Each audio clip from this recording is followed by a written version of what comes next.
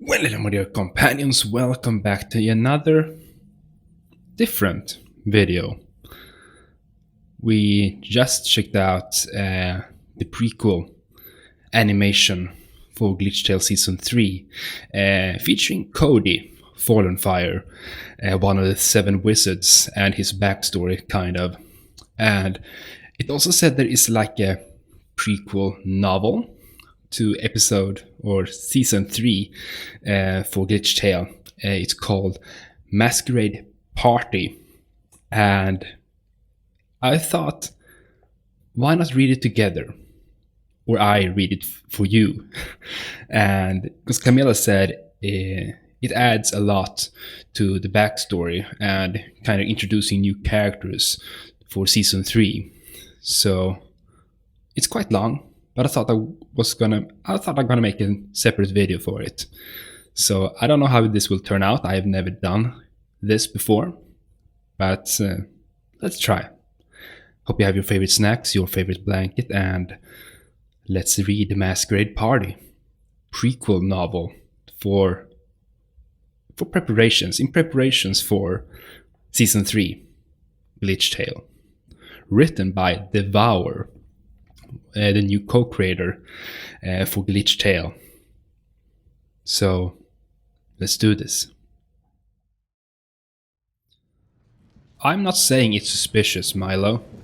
I'm saying it's interesting, Savan DePaul launched back in his chair, watching the candles dance as he gave the room light. They were sitting together in the Grey Phantom's base of operations. Jesse said he was working on this project of his for months, so why didn't any of us know about it until now? Well, I knew. Milo's voice swelled with pride. Say, who sat next to him, giggled like he had said something funny. He only kept this a secret to protect us. Now that we're here, now that we can do our part, he's telling us everything. Okay, but what is it? The door to their room creaked open. Milo was instantly on his feet, standing at attention. Save sat upright. Say's hands started fidgeting together on her lap. Excellent, you're all here already, said the leader of the Grey Phantoms. Jesse wore a small smile as he hung up his robe and removed an unclosed tablet from its pocket. It was adorned with the gold inscriptions along the edges. He strode over to the table where the others sat and placed it there for all to see. You can sit down, Milo. Milo's eyes were wide and starstruck when Jesse addressed him directly. Oh, yes, of course, sir. He sat down so hard that his chair shook to the ground. That tablet of yours has a king's own insignia, Save mused, studying it. What's inside? And how did you get it? How did you get this? Not legitimately. Not legitimately, Jesse said, silkily. Not legitimately, Jesse said, silkily. For our purposes, however, it's legitimate enough. He picked the tablet back up and gently spun apart a small gold mechanism in the middle. A sheet of paper slid out from the button and into the light for all to see. Say, would you like to read this for everyone to hear? Me. Say, had been staring down into her hands at her lap. Yes, I can do that. She held the paper in front of her, delicately, opening her eyes wide to not make any mistakes. Say's reading was slow and careful. On behalf of your Royal Majesty, you have been cordially invited to attend a grand masquerade ball. Join us to celebrate a new era of peace and prosperity for all people. Save snorted in derision at that. Milo frowned, waiting patiently to hear more. I, Baron Torg, Royal appointee and safekeeper of the kingdom's Rudolite Reserve. Look forward to being graced by your presence. Say narrowed her eyes at the last passage in the bottom. They quickly flew wide with surprise and delight. Mr. and Mrs. Milo and Say Stensk. Jesse, we're royal now. Excuse me.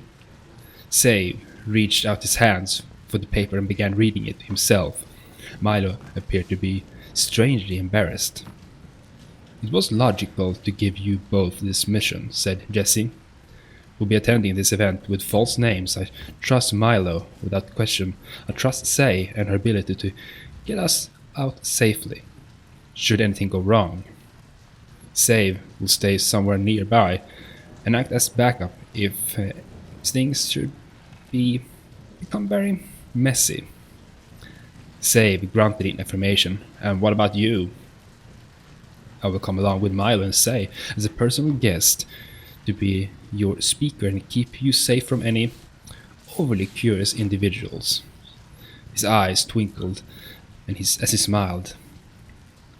Royalty is a realm of politics. Charisma is sometimes more valuable than magical strength. A masquerade party, huh?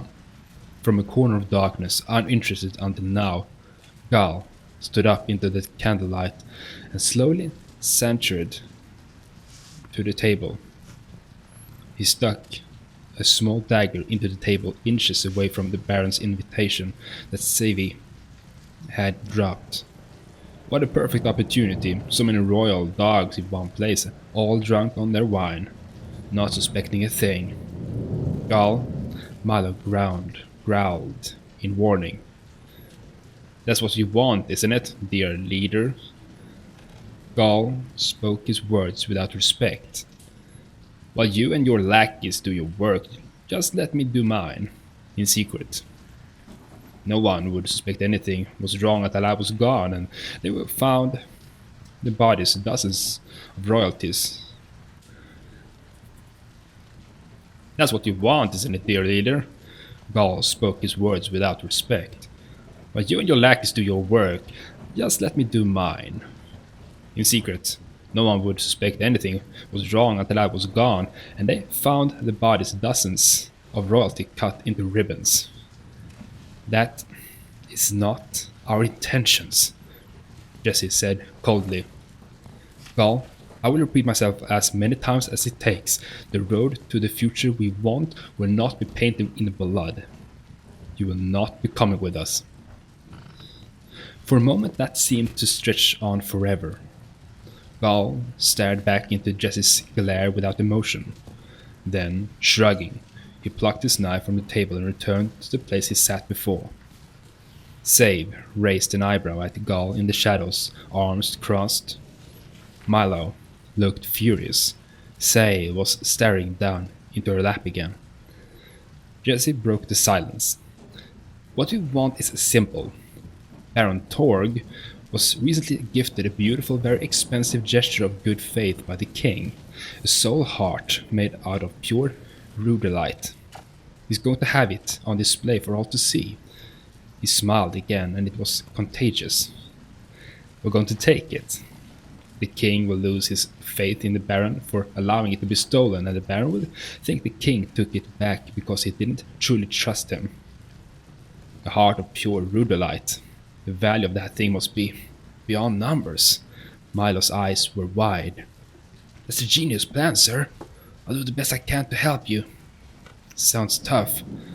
How are we going to take something with so many people? They're watching, asked Say. Don't worry about that right now. That's why I'm coming with you. Jesse stood up.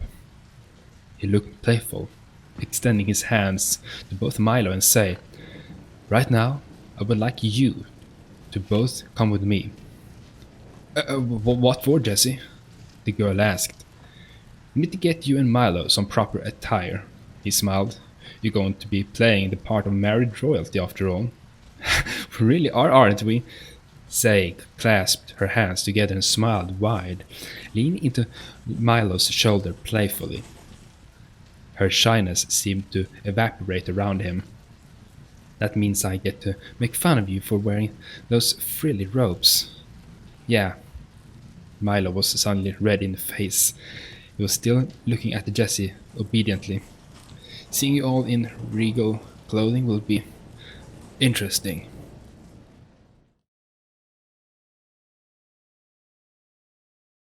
Although the sun had set hours ago, the Baron's estate was lit up by countless magic lights in the color of every trait, each one powered by its own acronite crystal. These lights guided dozens of very wealthy, very powerful people up the stairs to the grand entrance. Here there were two doors taller than some castles swung wide open, welcoming the kingdom's highest nobility. Dressed in his perfectly tailored suit and wearing his mask, the leader of the Grey Phantoms waited at the bottom of the steps. "Say, you look simply charming," Jessie grinned as she arrived in her brand new dress. It was turquoise and blue like the colors of her dual trait, decorated with lapis lazulis that sparkled in the magic lights. The skilled hairstylist had even worked their magic. She looked like she belonged here. "Ah, it's not that special, really." Sai pushed her index fingers together, fidgeting a little. No mask could hide this part of her. She looked away and saw Milo coming up to join them, looking entirely uncomfortable in his expensive disguise. Her expression changed to smiling. "Milo, there you are!" "Milo, our little sister has grown up. Doesn't she look enchanting?" "Jessie!" Milo's eyes went wide, looking at them. His cheeks flushed with red. "You look great. Both of you."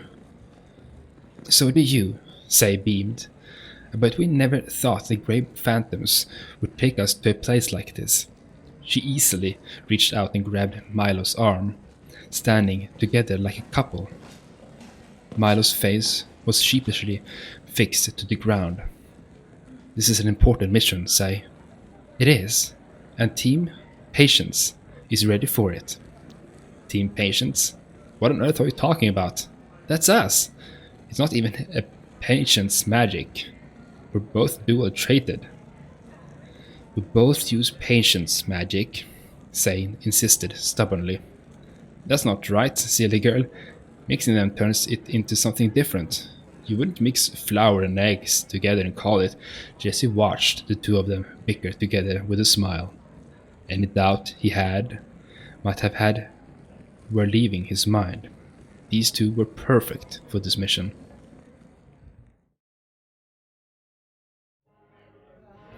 The ballroom was divided into two distinct areas. The large of the two, which took up most of the space, was a wide open and beautifully decorated antechamber. On the ground and on the upstairs level, people talked together and dined on food and wine that was handed out by servants wandering the grounds. Baron Torg was known for his kindness and generosity, and for that reason some of his servants were even traitless. The second area was tucked away, accessible by a much smaller doorway, which opened into another spacious hall where music played and people danced together with elegance that matched their noble status. It was there, guarded by men who stood so still that they might have been statues, that Rudolite Hart sat for all to see. "It's right there," Milo hissed. "Yet it's impossibly out of reach. Such elite witnesses would bring the entire kingdom's strength upon us, even if we escaped." "An opportunity will present itself, Milo," Jesse said knowingly. "I have full confidence that you and Say will recognize when it appears." "If you're really sure," Say murmured. "What do you want us to do until that happens?" "What do you mean?" Jesse looked to the both of them, his eyes twinkling. "It's a grand celebration. Go and celebrate. Enjoy the food and drinks, immerse yourself in the affluence and splendor." Well, Milo didn't want to relax. He wanted to make sure he didn't fail Jesse. But if there was only really nothing he could do right now. I'm going to go to the ballroom and take a closer look at the heart. I got something to eat. Say's eyes were longingly following the snacks being carried around. Jesse, what are you going to do? I suppose I'll stay in arm's reach. I'd rather not have them ask too many. Jesse's mouth snapped shut. Somewhere on the second floor of the grand hall, his eyes caught a flash of brilliant green and a flowing robe that could only belong to a wizard. He slowly smiled. On second thought, I may have to take a small mission of my own. Do you want me to help you? Milo asked. Thank you, but your job is far more important than mine, he said. This is best for my own particular set of skills. Jesse left the other phantoms and comfortably strode through the ranks of people. He knew exactly how to walk to dissuade others from coming to greet him, though he never appeared unfriendly. He climbed the stairs and politely took a glass of wine from a passing servant. It was only a short way to go before he found himself in the same room as Mila Rutrow herself, a wizard whose status on the council put her on par or above the king himself. Even better, she was standing with a second wizard with blue hair who Jesse recognized as Kody Fallenfire.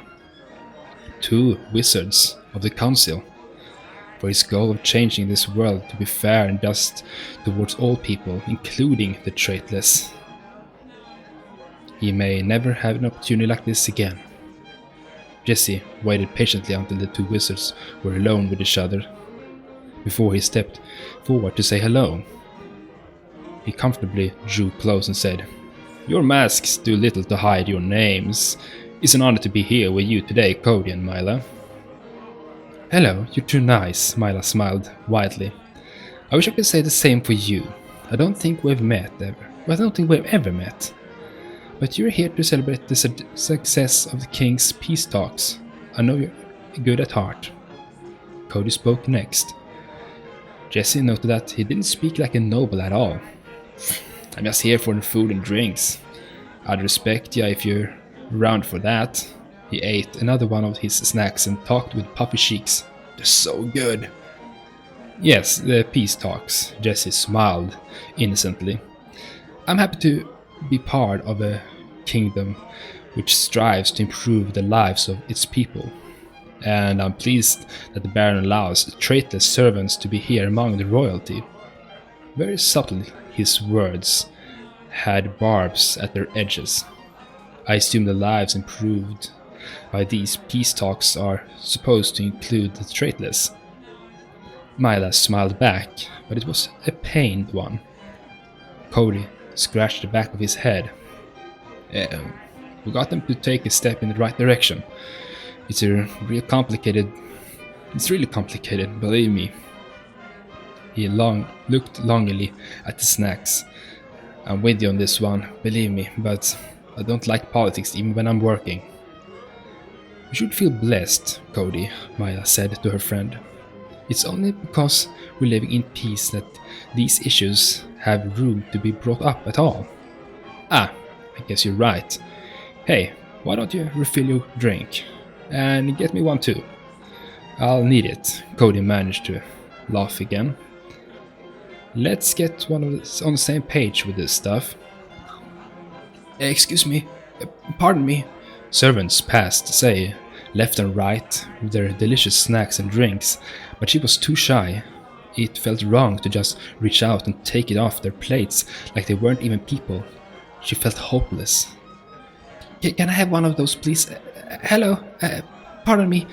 Then, when all seemed lost, a traitless servant, tall for a girl, noticed Say's efforts and stopped next to her. "For you, my lady." She smiled. Please take as many as you wish." For me."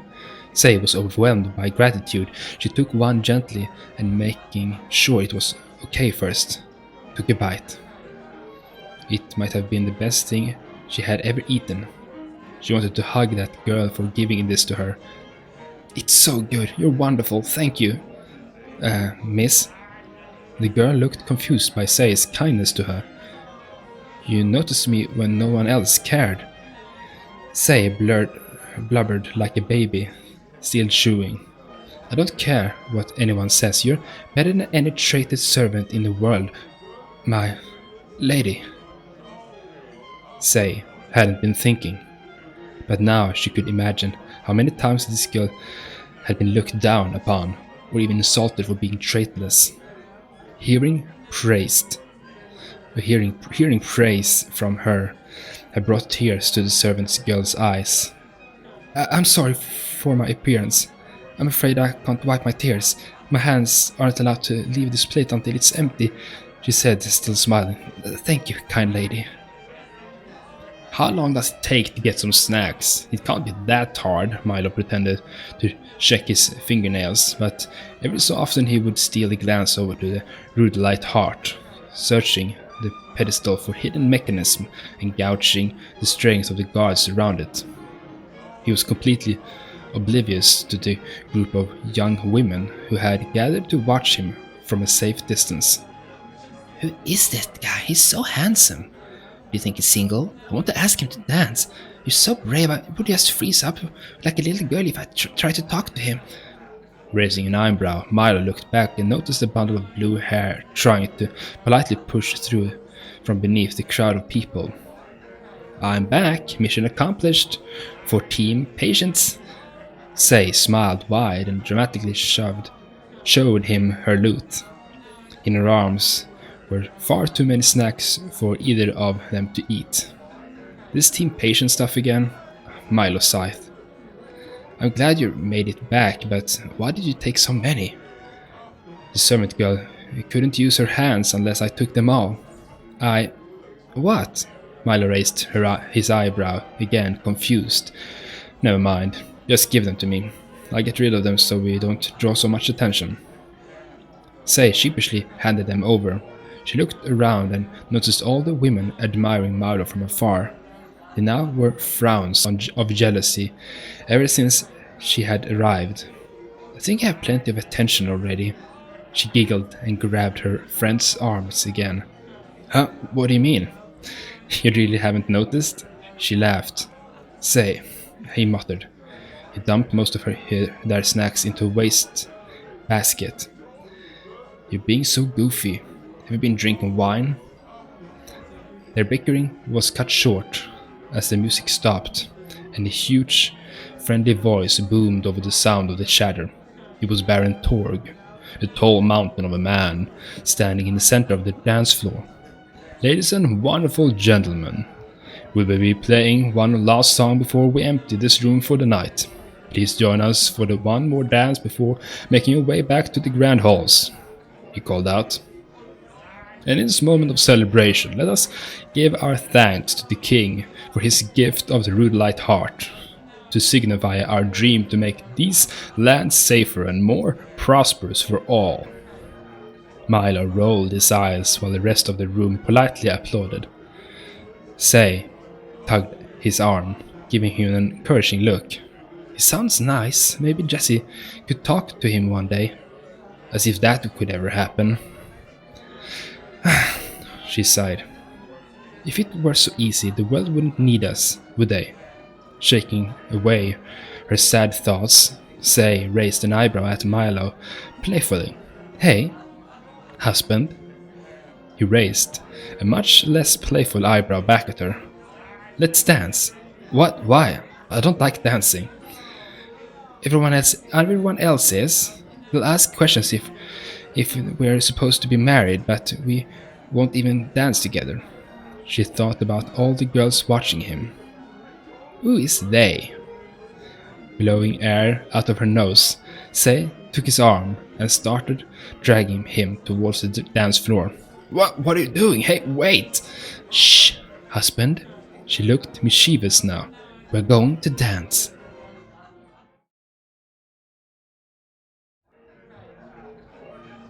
Actually, let me tell you a secret. It's not a real secret since all my friends know this, but Kody shrugged. Hey, want another one of these? Jesse accepted Cody's gift of food politely. He ate without caring for its taste. Thank you, you were saying. Both of my parents were traitless, you know? I know how bad stuff is for them, because I was born and I grew up inside of it. It freaking sucks, Kody continued. And my magic, I'd be the same Kody I am today without it. Magic doesn't define who I am, who you are. Only you can do that. Then I must ask Kody, you know that these people are oppressed, perhaps even more so than I do. You and Mila are both in a position of political power. Jesse mused. So why does nothing change for the traitless? Kody gave a pained smile. Mila spoke up to fill his silence. Surely you can imagine what would happen if we went to the king tomorrow and demanded, I don't know, from now on every profession must be changed so that a traitless man or woman can do their work as well as a traited can. What would happen to our world? Jesse took another bite, waiting. Because that's the problem we face. Even the weakest of traited can use Arcanite tools to do their jobs better through magic. They can build the things better. They can heal the sick better. They can enforce a law better. Every aspect of society is the same if we handicap them, so they were only as capable as the traitless were. I understand what you're trying to say, Jesse said. We would grow slower because our construction slowed. Our wealth and prosperity would fade. People would die in their hospital beds without the help of healing magic. Crimes would run rampant because many of our criminals use magics of their own. Is that correct? Mila nodded sadly. That only scratches the surface of our reality. Laws cannot change that one side cannot use the magic which built our society.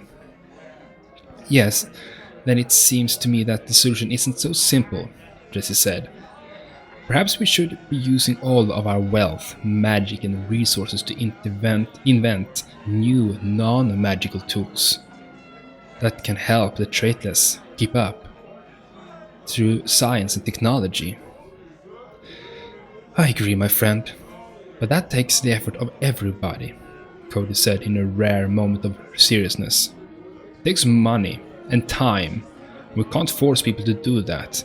That would make us tyrants ourselves. That's not what the law is for.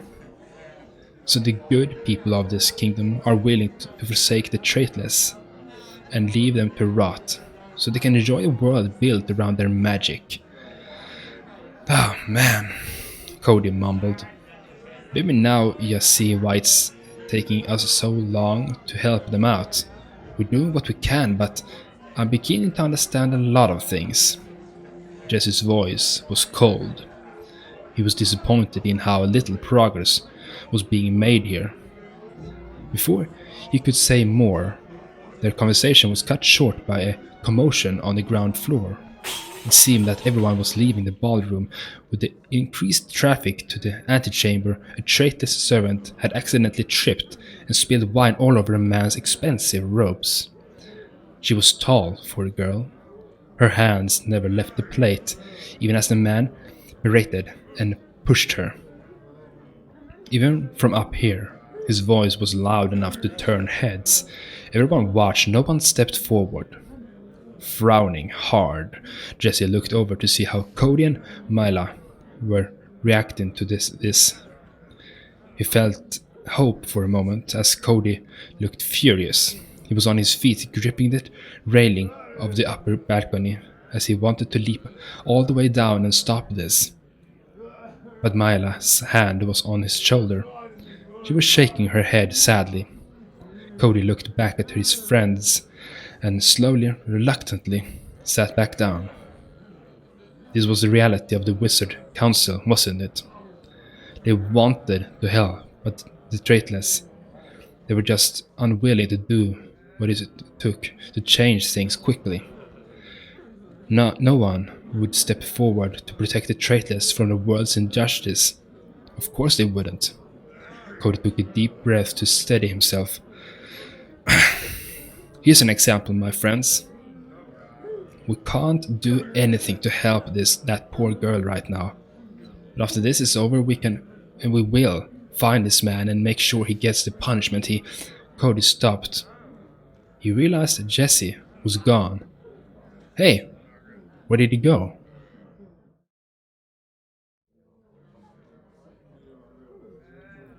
You ruined my suit. Do you have any idea how much this cost? More than you'll ever make, that's for sure. The drunk nobleman yelled at the traitless servant beneath him. I was going to meet someone very important, people. Now I can't because I look like a fool. You ruined everything. A slap rang out as the man hit her across the cheek. What was the Baron thinking? Using traitless servants? Brainless. Worthless. All of you. He hit her again. This time the servant girl fell to her knees, still holding tight to her plate as her tears ran freely. Please, sir, I'm sorry. Sorry? You're not sorry yet. He raised his hands to hit her again. You can be sure I'll go to the Baron and make sure he knows what sort of clumsy oath his. He felt the hand grip tight around his arm, stopping him from bringing it down on the girl a third time. Who dares? He slowly turned around. Jesse's eyes stared back at him. His glare was of pure ice. The only thing you're telling the Baron is that you're worthless scum, he hissed, rotten to the core of your soul. Get your hands off me!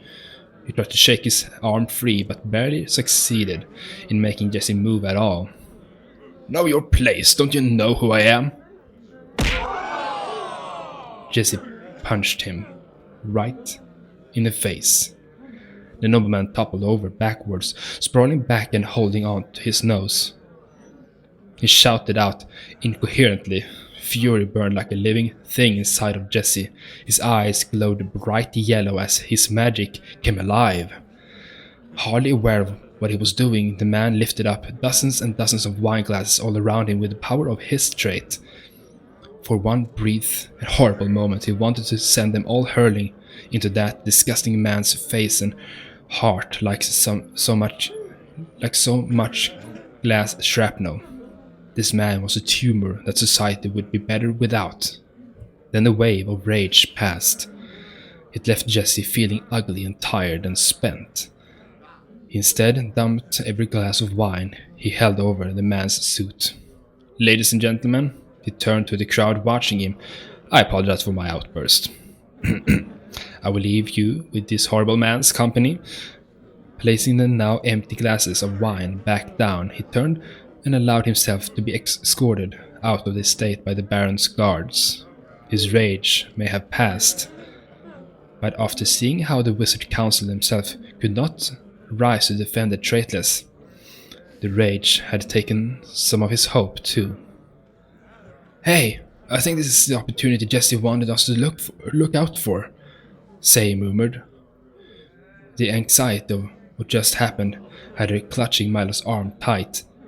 You're right. Let's use this distraction while it lasts. Can you get us back to the Rudolite Heart? There's still guards in front of the door, Milo. Calm now, Milo smiled. When have doors ever been a problem for you? No one's looking. Can you get us through? You mean you want me to teleport us back there? With all these people around? She shivered, terrified that the success of this mission was now rested on her.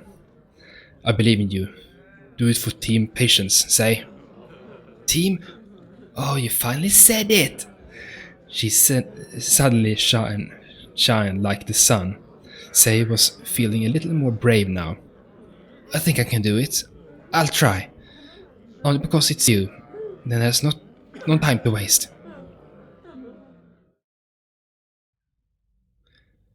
The ballroom was no longer bright and full of life and magic. The dancing and festives were over. Now the only light were the torches on the wall and the moonlight which streamed in through the windows. Here, the rudolite heart sat on its podium, surrounded by guards, alone. At least until a flash of bright blue light appeared in the center of the room. Say and Milo, both wearing grey hoods to disguise their hair, materialized from nothing. They looked and saw the guards waiting for them, and Milo sighed quietly to himself. He was used to this, after all. Are you going to start screaming about how we got here, or can we skip the part where I kick all of your butts? Is it grey phantoms? They drew their weapons and started shouting at him in an unintelligible mess of confusion and loud orders to surrender. One guard left the group and began running to sound the alarm. Milo smiled, looked down at the nervous Say and said, "This will only take me a bit." Then 2 purple knives of perseverance magic flew out from his wrist, trailed by a thin string of patience. One wrapped around the fleeing guard's leg like a bola. The other embedded itself into the stone of the roof. Then Milo yanked hard, and he was flying through the room. With the escaping guard tripped over, Milo let go and landed square on his back with both feet. The guard let out a pained woof of air and stopped moving. He stood up and looked back at his opponents. "Everyone get him!" Milo threw out 2 more knives and disappeared through his spot as magic missiles whisked by where he used to be. He swung from the roof in a wide circle, taunting and throwing out one roped knife after another into the ground, dodging every attack his pursuers uselessly threw at him. By the time Milo was done, he had expertly surrounded them all in a circular web of strings while leaving them distracted with his acrobatic circus act. The grey phantom landed neatly on the ground next to Sai, willed his knives to disappear into the air, and yanked on his magic strings with his last remaining knife. The web he had created instantly tightened into a circle and contracted around them, slamming them together, leaving them trapped, tangled and unable to move on their floor. "How do you like that?" Milo asked Say. She simply stared at him with stars in her eyes, looking like he was the coolest person she had ever seen. It's times like these, Milo couldn't help but to feel a little smug. It felt even better to ignore the guards' shout as they walked over to the red rudolite heart. Say reached out with careful hands and plucked it off the pedestal. She gasped a little at the strange sensation of its touch. "Wow, I can feel it making the magic in my body disappear," Say murmured. "I thought rudolite was the opposite of arcanite, but this is even worse. I don't feel I can teleport while I'm holding this, Milo." "That's okay," he said. "Jesse said he prepared another exit for us. Do you remember where to go?" Say nodded. Worried, and he ruffled her hair with his hands. "Then don't worry, we'll be back in no time."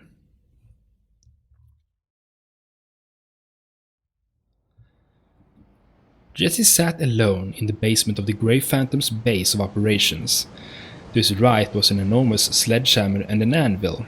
To his left was a furnace, which held a large bowl of molten arcanite. The fire was the only light in this dark place. The door opened and closed. Milo and Jesse, both of them bright-eyed and celebrating, stepped in and came out to Jesse with smiles. "We did it!" Jesse cheered. "Team Patience wins again!" "You're back. I trust no one followed you?" Jesse asked coldly. Her smile faded a bit at the sound of his voice. "Yeah, I couldn't teleport us away because of how rudolite blocked my magic, but after we got it, we sneaked a way through the servants' hall. We got out through there. Just like you told us to. She produced the rudelight heart for Jesse to see. Even pitch black, it glinted beautifully in the dancing flames. Good work, both of you. Jesse took the heart and inspected it for a moment, then placing it on top of the anvil. He picked up his sledgehammer and hit it as hard as he could. Bang! Sir, Milo was aghast. What are you doing with the heart? Bang! The second swing cracked it open into 6 separate pieces. This heart was a symbol of peace and prosperity, Jesse hissed. Not among all people, like those lying fools tried to say. Only for the traitor do they care enough to change for the better. Bang! Another hit shattered one of the rudelight's crystalline pieces into countless shards. Jesse picked up another chunk and placed it on the anvil.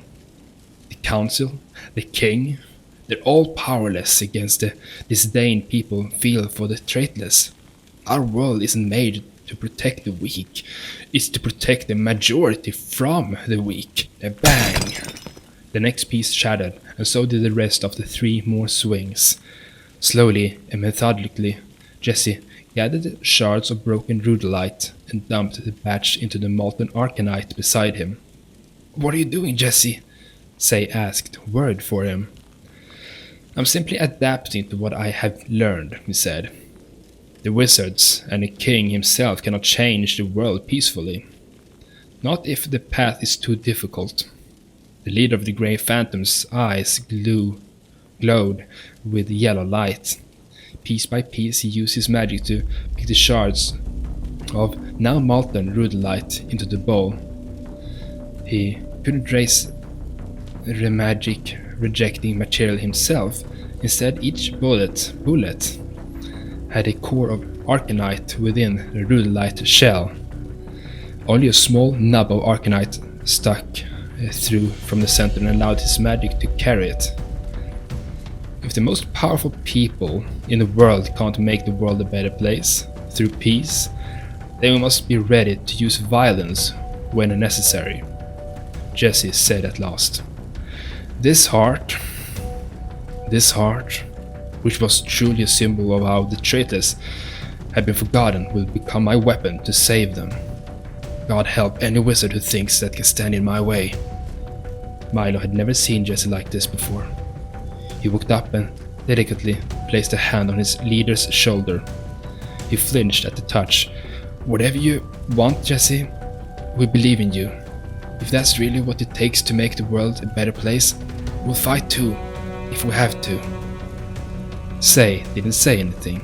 She looked worried and unsure of what to do. Jesse just knew that she wanted to do the right thing. That was good enough for him.